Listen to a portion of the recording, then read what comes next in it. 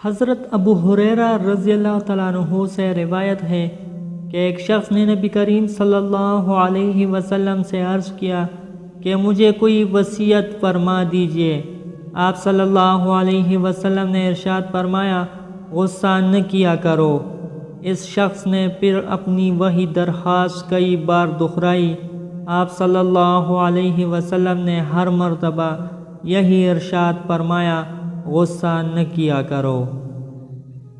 حضرت حذیفہ رضی اللہ تعالیٰ عنہ فرماتے ہیں کہ میں نے نبی کریم صلی اللہ علیہ وسلم کو یہ ارشاد فرماتے ہوئے سنا، تم میں سے پہلے کسی امت میں ایک آدمی تھا، جب موت کا فرشتہ اس کی روح قبض کرنے آیا اور روح قبض ہونے کے بعد وہ اس دنیا سے دوسرے عالم کی طرف منتقل ہو گیا تو اس سے پوچھا گیا کہ تو نے دنیا میں کوئی نیک عمل کیا تھا؟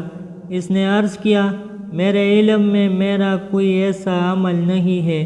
اس سے کہا گیا کہ اپنی زندگی پر نظر ڈال اور غور کر۔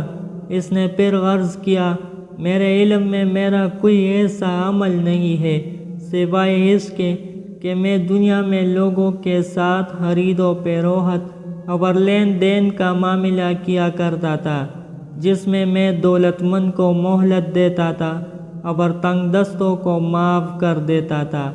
اللہ تعالیٰ نے اس شخص کو جنت میں داخل فرما دیا۔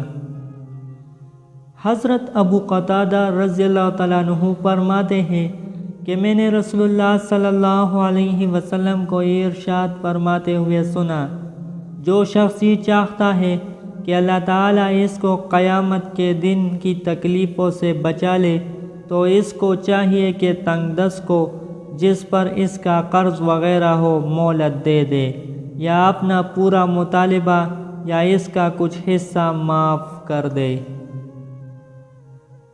دوستو، اللہ جل جلالہ ہمیں توفیق دے کہ اپنے مسلمان بھائیوں سے اچھا سلوک کریں۔